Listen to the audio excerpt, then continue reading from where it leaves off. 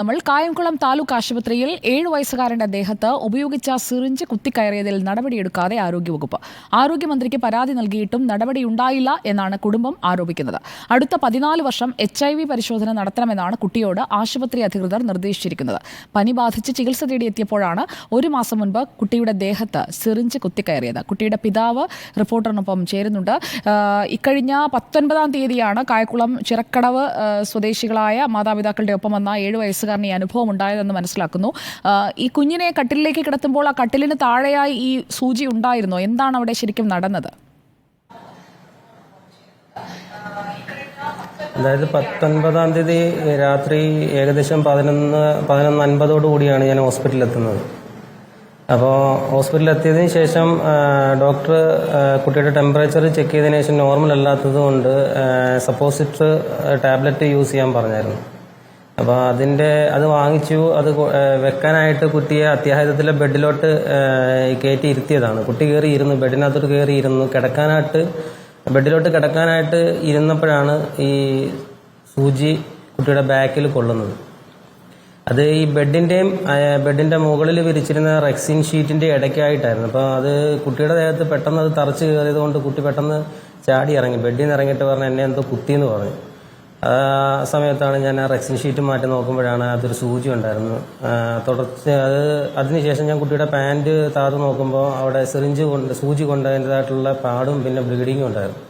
അന്നേരം തന്നെ സിസ്റ്ററെ വിളിച്ച് കാര്യം പറഞ്ഞു. സിസ്റ്റർ വന്ന് ബെറ്റാഡിൻ തൂത്ത് ക്ലീൻ ചെയ്തു. അതിനുശേഷം ഡോക്ടറുമായിട്ട് എന്തൊക്കെയോ സംസാരിച്ച് കുറേ നേരം അവർ തമ്മിൽ എന്തൊക്കെയോ സംസാരിച്ചതിന് ശേഷം എന്തോ ടെസ്റ്റും കാര്യങ്ങളൊക്കെ എടുക്കണം. അതെന്നെ വിളിച്ചിട്ട് എൻ്റെ അടുത്ത് പറഞ്ഞു. അപ്പോൾ അവിടുത്തെ കായംകുളത്തെ താലൂക്ക് ഹോസ്പിറ്റലിൽ അതിൻ്റെ ടെസ്റ്റും കാര്യങ്ങളും അവൈലബിൾ അല്ലാത്തതുകൊണ്ട് വണ്ടാനം മെഡിക്കൽ കോളേജിലേക്ക് കൊണ്ടുപോകണം. അതായത് അന്ന് ആ സമയത്ത് രാത്രി ഏകദേശം 12 മണി കഴിഞ്ഞു. 12-12:30 ആയപ്പോഴാണ് ഈ സംഭവം പറയണത്. ഏകദേശം ഒരു 72 മണിക്കൂറിനുള്ളിൽ ഈ ടെസ്റ്റ് ചെയ്തിട്ട് ഇതിൻ്റെ റിപ്പോർട്ട് കൊടുക്കണമെന്ന് പറഞ്ഞു. എന്നാൽ മാത്രമേ എന്തെങ്കിലും അവർക്ക് ട്രീറ്റ്മെൻ്റ് ആയിട്ട് ഇതിലെന്തെങ്കിലും ഇഞ്ചക്റ്റ് ആയിട്ടുണ്ടെങ്കിൽ പോലും അവർക്ക് ട്രീറ്റ്മെൻറ്റ് ചെയ്യാൻ പറ്റത്തുള്ളൂ എന്ന് പറഞ്ഞു. അങ്ങനെയാണ് ആ നിൽപ്പിൽ തന്നെ നേരെ ഡയറക്റ്റ് വണ്ടാനത്തേക്ക് പോകുമായിരുന്നു.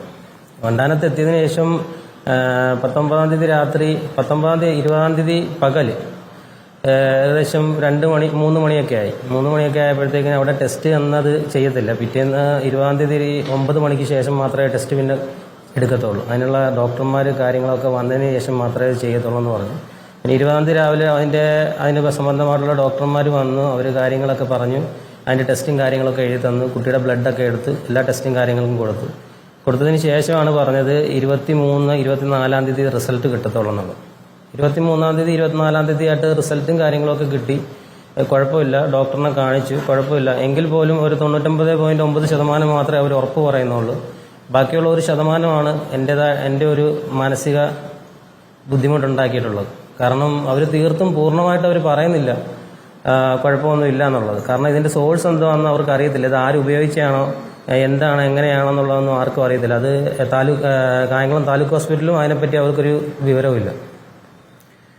അതായത് ഈ HIV പരിശോധനയ്ക്ക് കായംകുളത്ത് ഈ HIV പരിശോധനയ്ക്ക് നിർദ്ദേശിച്ചിരുന്നല്ലോ, അതെന്തിനായിരുന്നു? കേൾക്കുന്നുണ്ടോ? ഈ സൂചി ആരുപയോഗിച്ചാണെന്ന് അറിയത്തില്ലല്ലോ. ഇത് ഉപയോഗിച്ച ആൾക്ക് എന്തെങ്കിലും രോഗമുണ്ടോ ഇല്ലയോ എന്ന് അറിയത്തില്ല. അപ്പോൾ അതിന് വേണ്ടിയിട്ടാണ് ആ ടെസ്റ്റും കാര്യങ്ങളും നിർദ്ദേശിച്ചത്. ഇനിയിപ്പോൾ അത് തുടർച്ചയായി ചെയ്യണം. ടെസ്റ്റും കാര്യങ്ങളൊക്കെ ചെയ്തു. പക്ഷെ അത് നെഗറ്റീവ്. അതെ. അത് അവിടുന്ന് വണ്ടാനം മെഡിക്കൽ കോളേജിൽ നിന്ന് പറഞ്ഞത് ഇപ്പോൾ കുഴപ്പമില്ല. കാരണം കൊച്ചിന് 5 വയസ്സ് വരെയുള്ള വാക്സിനേഷൻ എല്ലാം ഞങ്ങൾ മുടക്കാതെ എടുത്തിട്ടുള്ളത് കൊണ്ട് ഇപ്പോഴത്തെ ടെസ്റ്റില് കാര്യങ്ങളൊന്നും കുഴപ്പമില്ല. കാലക്രമേണ എന്തെങ്കിലും ബുദ്ധിമുട്ടോ കാര്യങ്ങളോ വരികയാണെന്നുണ്ടെങ്കിൽ അത് ചെയ്തു നോക്കുക. അങ്ങനെ അല്ലെന്നുണ്ടെങ്കിൽ 3 മാസം ഇരിക്കുമ്പോൾ ചെയ്തു നോക്കുന്നത് നല്ലതായിരിക്കും എന്നാണ് അവരും പറയുന്നത്. കാരണം പൂർണ്ണമായിട്ടും ചെയ്ത് നോക്കാതിരിക്കണ്ട. നമുക്കൊരു മുൻകരുതൽ എന്ന നിലയ്ക്ക് അത് ചെയ്തു നോക്കുന്നത് നല്ലതായിരിക്കുമെന്ന് ഡോക്ടറിൽ വണ്ടാനം മെഡിക്കൽ കോളേജിലെ HIV ഡിപ്പാർട്ട്മെന്റിലെ ഡോക്ടറും അതുപോലെ തന്നെ വേറെ ഒരു വൈറസ് സെക്ഷനിലെ ഒരു ഡോക്ടർ, ആന്റിവൈറസ് സെക്ഷനിലെ ഒരു ഡോക്ടറും അവർ തമ്മിൽ സംസാരിച്ചതിന് ശേഷമാണ് അത് പറഞ്ഞത്. ഇത് ടെസ്റ്റ് ചെയ്യുന്നതിനുള്ള സാമ്പത്തികമൊക്കെ എങ്ങനെയാണ്? നല്ല തുകയാകില്ലേ ഒരു സ്വകാര്യ ലാബിലൊക്കെ പോയി ടെസ്റ്റ് ചെയ്യുമ്പോൾ? സ്വകാര്യ ലാബിൽ പോകുമ്പം അതിൻ്റെതായിട്ടുള്ള ചാർജും കാര്യങ്ങളും ആകും. പിന്നെ അന്നേരത്തെ നമ്മുടെ മാനസികാവസ്ഥയിൽ നമ്മളന്ന് സാമ്പത്തികം നോക്കിയിട്ടില്ല. കാരണം ഇത് നമുക്കിപ്പം കുട്ടിയുടെ കാര്യങ്ങളെല്ലാം അന്നേരത്തെ ആ സമയത്ത് കുട്ടിയുടെ കാര്യങ്ങൾ മാത്രമാണ് നമ്മുടെ ചിന്തയിൽ. കാരണം വേറെ ഒന്നും നമുക്ക് അന്നേരം അതിനെപ്പറ്റി ചിന്തിക്കാനോ എടുക്കാനോ ഒന്നുള്ള സമയമില്ലായിരുന്നു. പിന്നീട് ഇതേക്കുറിച്ച് അവർ വിളിച്ച് അന്വേഷിച്ചോ? കാരണം ഇത് കുഞ്ഞിൻ്റെ അച്ഛൻ്റെയോ അമ്മയുടെയോ കുഴപ്പമല്ലല്ലോ, ആശുപത്രി അധികൃതരുടെ അനാസ്ഥയാണ്. റെക്സിനടിയിൽ അല്ലെങ്കിൽ അങ്ങനെ ഒരു സൂചി ഉണ്ടാകാൻ പാടില്ലല്ലോ. ഇതൊന്നും പരിശോധിക്കുന്നില്ല, അല്ലെങ്കിൽ അത്യാഹിത വിഭാഗത്തിലൊക്കെ ഒന്ന് കുടഞ്ഞു വിരിക്കുന്ന പോലും ഇല്ല എന്ന് വേണമല്ലോ മനസ്സിലാക്കാൻ. ഒരു സൂചിയൊക്കെ അടിയിൽ കിടക്കുന്നു എന്ന് പറയുമ്പോൾ ഇക്കാര്യത്തിൽ അവരുടെ ഭാഗത്ത് നിന്ന് പിന്നീട് ഫോളോ അപ്പ് എന്തെങ്കിലും ഉണ്ടായോ? നിങ്ങളെയൊക്കെ വിളിച്ചിരുന്നോ പിന്നീട്? ഒരു പ്രാവശ്യം വിളിച്ചിരുന്നു, സൂപ്രണ്ട് വിളിച്ചിട്ട് ഒന്ന് കാണാം എന്ന് പറഞ്ഞായിരുന്നു. ഞാനതിന് കാണാൻ വേണ്ടിയിട്ട് ഞാൻ അവിടെ ചെന്നു. അന്ന് അദ്ദേഹം എന്തോ തിരക്കും കാരണങ്ങളൊക്കെ ആയിട്ട് നമുക്ക് പിന്നീട് ഒരിക്കൽ കാണാമെന്ന് പറഞ്ഞിരുന്നു. പിന്നെ അതിനുശേഷം ആരും വിളിച്ചിട്ടോ ഇല്ല, ആരും ഇതുവരെ വിളിച്ചിട്ടില്ല. ഹോസ്പിറ്റലിൽ നിന്നോ അല്ലെങ്കിൽ മറ്റുള്ള ആരോഗ്യ വിഭാഗത്തിൻ്റെ ഭാഗത്തു നിന്നോ ആരും വിളിച്ചിട്ടോ എടുത്തിട്ടൊന്നുമില്ല. എന്നൊക്കെ ഈ വരുന്ന 19-ാം തീയതി ആകുമ്പം ഒരു മാസമാകും. ഞാൻ കഴിഞ്ഞ 20-ാം തീയതിയാണ്, 21-നാണ് ഞാൻ സ്റ്റേഷനിൽ പെറ്റീഷൻ കൊടുക്കുന്നത്. അതുപോലെ തന്നെ മന്ത്രി വീണ ജോർജിനും ഞാൻ മെയിൽ അയച്ചായിരുന്നു പെറ്റീഷൻ. അതുപോലെ തന്നെ ഈ മെഡിക്കൽ റിപ്പോർട്ടിൻ്റെ പകർപ്പുകളെല്ലാം വെച്ച് ആലപ്പുഴ ജില്ലാ കളക്ടർക്കും ഞാൻ മെയിൽ അയച്ചിരുന്നു. പിന്നെ SHOയ്ക്ക് പെറ്റീഷൻ കൊടുത്തിട്ടുണ്ട്. മുനിസിപ്പൽ ചെയർപേഴ്സണെ വീട്ടിൽ പോയി കണ്ട് പരാതി കൊടുത്തിട്ടുണ്ടായിരുന്നു. പക്ഷെ അതിനുശേഷം പിന്നെ ഒന്നും ആരും അതിനെപ്പറ്റി ഒന്ന് വിളിക്കുകയോ എടുക്കുകയോ അല്ലെ ഇത് എന്തായെന്നുള്ളതൊന്നും ആരും ഒന്നും പറഞ്ഞില്ല. അതിനെപ്പറ്റിയൊന്നും പിന്നെ ഒരു ഫോളോ അപ്പും എൻ്റെ അറിവിൽ ഇതുവരെ ഉണ്ടായിട്ടില്ല. ഇപ്പോൾ ആരോഗ്യമന്ത്രിയോട് എന്താണ് ഇപ്പോൾ നമ്മളിലൂടെ റിപ്പോർട്ടറിലൂടെ ആവശ്യപ്പെടാൻ ആഗ്രഹിക്കുന്നത്? ഇക്കാര്യം ഇപ്പോൾ നമ്മൾ ആരോഗ്യമന്ത്രിയുടെ ശ്രദ്ധയിലേക്കും വെക്കുകയാണ്. 14 വർഷം HIV പരിശോധന നടത്തണമെന്ന് പറയുന്നു. ഈ കുഞ്ഞിന് ഇനി ഇപ്പോൾ 5 വയസ്സ് വരെ വാക്സിനേഷൻ എടുത്തതുകൊണ്ട് പെട്ടെന്ന് ഇപ്പോഴത്തെ പരിശോധനയിൽ ഒന്നും കണ്ടെത്തിയിട്ടില്ല. എന്നാൽ ഭാവിയിൽ തുടർ പരിശോധനകൾ ആവശ്യമായ ഒരു സാഹചര്യമുണ്ട്. 7 വയസ്സ് മാത്രമുള്ള ഒരു കുഞ്ഞാണ്. 21 വയസ്സ് വരെ ഈ പരിശോധനകൾ തുടരുന്നതിനാവശ്യമായ സഹായമോ സപ്പോർട്ടോ എങ്കിലും നൽകേണ്ടതല്ലേ സർക്കാർ? അങ്ങനെയുള്ള ഒരു ആവശ്യമാണോ നിങ്ങൾക്ക് ഇപ്പോഴുള്ളത്? എന്താണ് ആരോഗ്യമന്ത്രിയോട് പറയാനുള്ളത്? അതെ തീർച്ചയായിട്ടും. അപ്പോൾ നമുക്കിപ്പോൾ ഇപ്പോൾ ഞാനിത് എടുത്ത് പറഞ്ഞില്ലെന്നുണ്ടെങ്കിൽ നാളെ ഒരു സമയത്ത് ഞാനും എൻ്റെ ഫാമിലി ഒറ്റപ്പെട്ടു പോകും. എന്തെങ്കിലും സംഭവിക്കാതിരിക്കട്ടെ, എന്തെങ്കിലും സംഭവിച്ചാൽ എൻ്റെ ഒരു ടെൻഷൻ അതാണ്. അതുകൊണ്ട് മാത്രമാണ് ഞാനിപ്പോൾ കേസ് കൊടുത്തതും ഇതിന് വേണ്ടിയിട്ട് ഇറങ്ങി തിരിച്ചിരിക്കുന്നത്. കാരണം അവർക്ക് ഡോക്ടർമാർക്ക് പോലും പൂർണ്ണമായിട്ടും ഇതിനെപ്പറ്റി ഇത് കുഴപ്പമില്ല, നിങ്ങൾ പേടിക്കേണ്ട എന്ന് പൂർണ്ണമായും തീർത്ത് പറയാൻ അവരെ കൊണ്ട് പോലും പറ്റുന്നില്ല. അവർ പറയുന്നത് എങ്ങനെയാണെന്ന് വെച്ച് കഴിഞ്ഞാൽ 99.9% നിങ്ങൾ പേടിക്കണ്ട, ഒന്നും സംഭവിക്കില്ല, ദൈവം സഹായിച്ചൊന്നും സംഭവിക്കില്ല.